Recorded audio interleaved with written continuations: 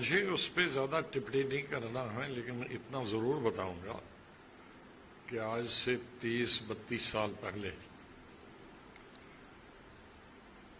जब नरसिम्हा राव जी प्रधानमंत्री जी थे और शिवराज पाटिल जी स्पीकर थे और मैं पार्लियामेंट्री अफेयर्स मिनिस्टर था, तो शिवराज जी ने एक दफा मुझे अपने कमरे में बुलाया, स्पीकर के, कहा देखें 2026 से पहले नया पार्लियामेंट और बड़ा पार्लियामेंट बनना चाहिए, क्योंकि 2026 तक अंकुश लगा है कि पार्लियामेंट की सीटें बढ़ाई नहीं जा सकती। आज का उस वक़्त का जो पार्लियामेंट है वो सिर्फ उतने ही एमपीज के लिए है जितने उस वक़्त थे, लेकिन अगर 200-300 और एमपी बढ़ेंगे तो वो कहाँ रहेंगे। तो उनका बिल्कुल बनना चाहिए। तो फिर मैंने प्रधानमंत्री जी से भी बात की, तो उन्होंने कहा अच्छा ये बात तो ठीक है। लेकिन पीएम ने कहा अभी तो बहुत 30 साल हैं, अभी से काहे को सोचते हैं। हमने कहा सोचने में क्या, अभी अगर शुरुआत करेंगे तो बनने में भी तो 8-10 साल लगेंगे, और पहले तो कहा नहीं, फिर भी 8-10 साल पहले ही बनेगा, फिर भी तो अभी 20-30 साल है। तो एक आध मीटिंगें हमारी शिवराज जी, और शिवराज जी ने तो वो बड़े एक्टिव थे, सुपर एक्टिव स्पीकर थे।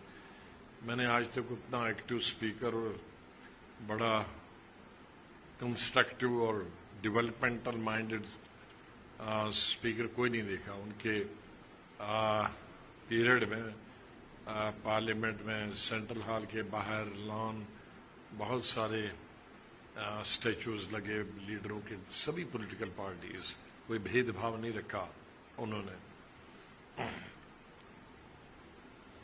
तो फिर अल्टीमेटली 1-2 मीटिंगों के बाद ये सोच के कि भाई अभी बहुत समय है, 30 साल बनने में क्या, ज्यादा से ज्यादा 5 साल लगेंगे, तो 25 साल खाली रहकर क्या हो जाएगा। तो अभी इस गवर्नमेंट ने उस प्रोजेक्ट को आगे बढ़ाया। तो जहां तक पार्लियामेंट, नया पार्लियामेंट बनाने की बात है, तो ये कोई नई बात नहीं है। ये हमारी ही कांग्रेस की, तब जिसमें मैं कांग्रेस में था, ये 32 साल पहले हमारी ये सोच थी कांग्रेस की, और जरूरी भी थी। कोई भी पॉलिटिकल पार्टी होती तो उसको करना ही था, क्योंकि 2026 में अब ज्यादा 2 साल रहे बीच में, उसके बाद तो डिलिमिटेशन होगी, और अगर सरकार चाहिए तो पार्लियामेंट की अब वो जो अंकुश उठ गया है, कैप उठ गई है 2026 से, तो कभी भी सरकार सीटें बढ़ा सकती है, 200, 300, 400 बढ़ा सकती है। तो उसके लिए तो उससे पहले ये पार्लियामेंट की नई बिल्डिंग बनाना और बड़ी बिल्डिंग बनना अनिवार्य थी, जरूरी थी, तो वो हो गया। अब कोई इसमें बाइकआउट करता है, नहीं करता है, कोई जाता है सेरेमनी में, मुझे उस पर कोई टिप्पणी नहीं करनी है। ये उन पार्लियामेंट के मेंबर्स का और उनके लीडरों का दृष्टिकोण है कि उसको किस तरह से देखते हैं, वो उनको बताना होगा कि वो अगर बाइकआउट करते हैं तो क्यों बाइकआउट करता है। मैंने खाली एक हिस्टोरिकल बैकग्राउंड बनी कि सरकार कोई भी होती तो उसको ये बनाना ही बनाना था। तो ठीक है, 2024 से पहले बन गई, ये अच्छी बात। एक ऑब्जेक्शन सर उन्होंने उठाई है कि ये प्रेसिडेंट मैम को करना चाहिए था, इसे इनॉग्रेट प्रधानमंत्री क्यों कर रहे हैं, उसको लेकर 19 पार्टियों ने बॉयकॉट किया। अब वो एक टेक्निकल बात है, वो तो प्राइम मिनिस्टर प्रधानमंत्री जी के बीच का मामला है, उसमें मुझे कोई टिप्पणी नहीं करनी है। लेकिन पार्लियामेंट हाउस बना, ये बनना चाहे था, और ठीक 2026 से पहले बना, ये बहुत अच्छी बात है।